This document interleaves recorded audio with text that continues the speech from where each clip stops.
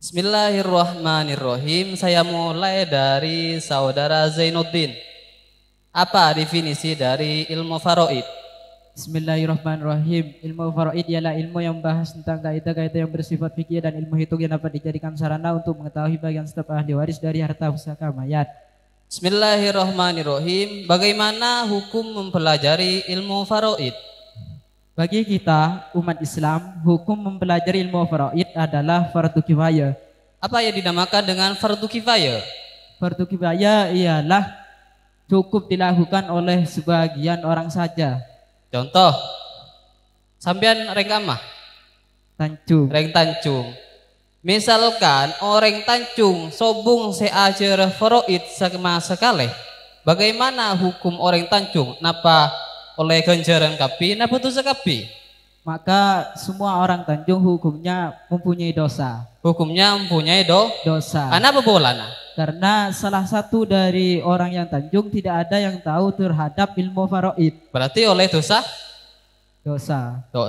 Sedangkan makin bersampian saja berarti reng Tanjung ini ketak tuh Dosa. tak tusah. Ana polana beda salah satu santri Mayadul Amin ini keajar ilmu faraid. Tepuk tangan untuk saudara Zainuddin. Kemudian misalkan yang sepon ampian nika soki semua. Amin. Soki pian di teretan. Kemudian ampian terus nguasaan nah punya nepaan.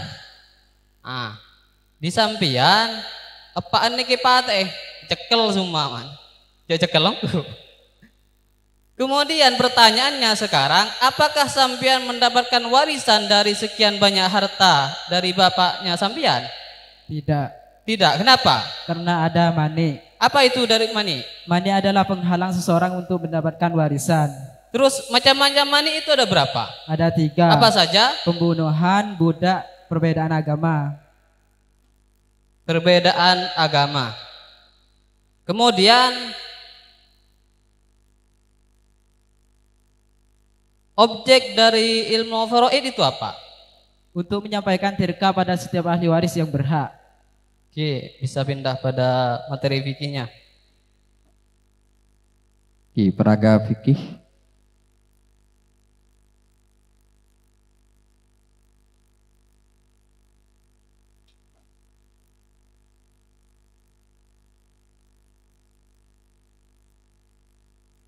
Coba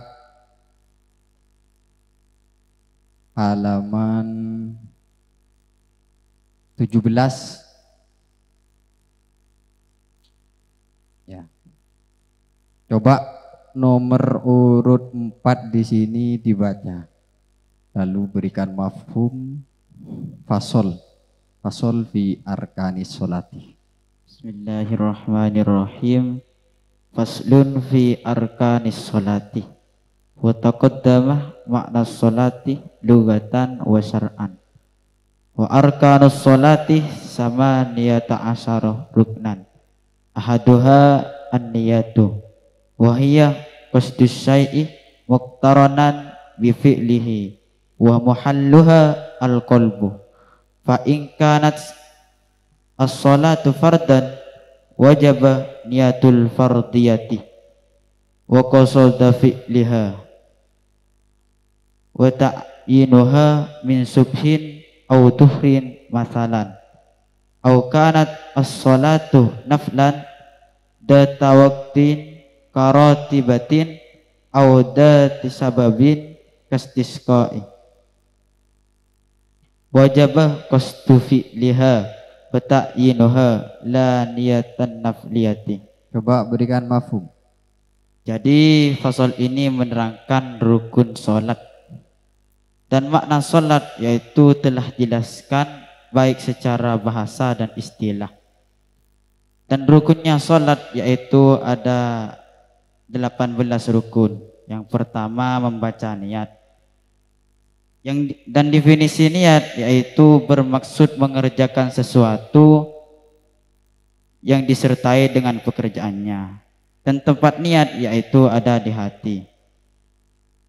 Apabila orang tersebut ingin mengerjakan sholat fardu maka orang tersebut wajib niat fardu, dan orang tersebut wajib menentukan sholatnya, baik sholat tersebut sholat subuh ataupun duhur, ataupun orang tersebut ingin mengerjakan sholat sunat ataupun sholat sunat tersebut mempunyai waktu seperti sholat rawatib dan sholat istisqa. Oke, coba cukup. Sekarang saya mau tanya, di sini rukun niat, rukun sholat ya. Yang pertama adalah niat. Kalau niat dalam sholat itu diucapkan ketika Takbir. Ketika takbir. Berarti kalau misalkan niat di sini tidak diucapkan saat mbian nikah melaksanakan takbir, bagaimana hukum sholatnya? Batal. Oke, mungkin cukup. Bismillahirrahmanirrahim. Boleh saya akan menanyakan tentang sholat. Barusan ketika niat tidak bersamaan dengan takbir kan batal sholatnya. Kalau misalkan saya memberikan contoh seperti ini, misalkan sampean abojeng maman, abojeng ipon juga, kemudian ambian nikah andi niatan ilmatena maren engkau mau kirim mau nepak datang kok ambua abojeng. Pertanyaannya sekarang, bagaimana hukum sholatnya ampian? Sah apa tidak? Tidak sah. Kenapa? Karena merubah niat dalam sholat. Coba operator peraga Freud.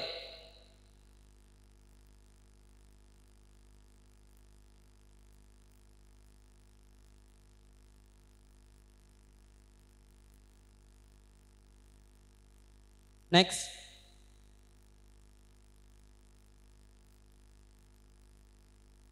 Rod 13. Bismillahirrahmanirrahim. Apa definisi dari rod? Bismillahirrahmanirrahim. Asal masalah lebih tinggi daripada jumlah siham. Asal masalah lebih tinggi daripada jumlah siham. Rukun rod itu ada berapa? Ada 2. Rukun rod itu ada berapa? Rukun rod itu ada berapa? Ada 3. Ada 3. Apa saja? Harus ada ahli waris yang mendapatkan bagian pasti, trikah masih tersisa, tidak ada ahli waris yang mendapatkan bagian asoba. Terus next start.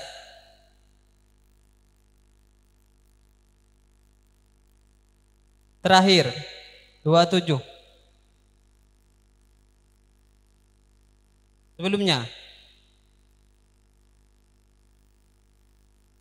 Sebelumnya lagi.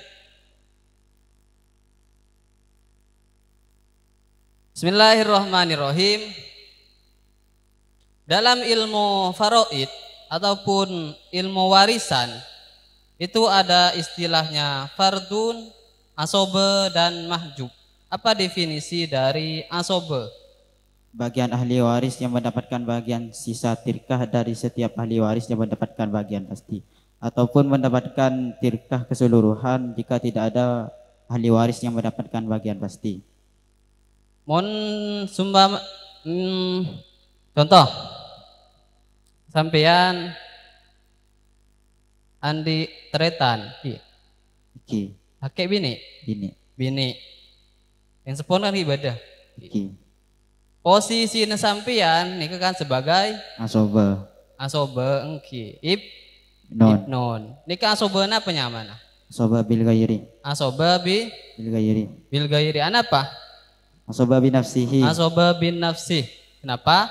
Karena asoba dengan dirinya sendiri. Dirinya sendiri.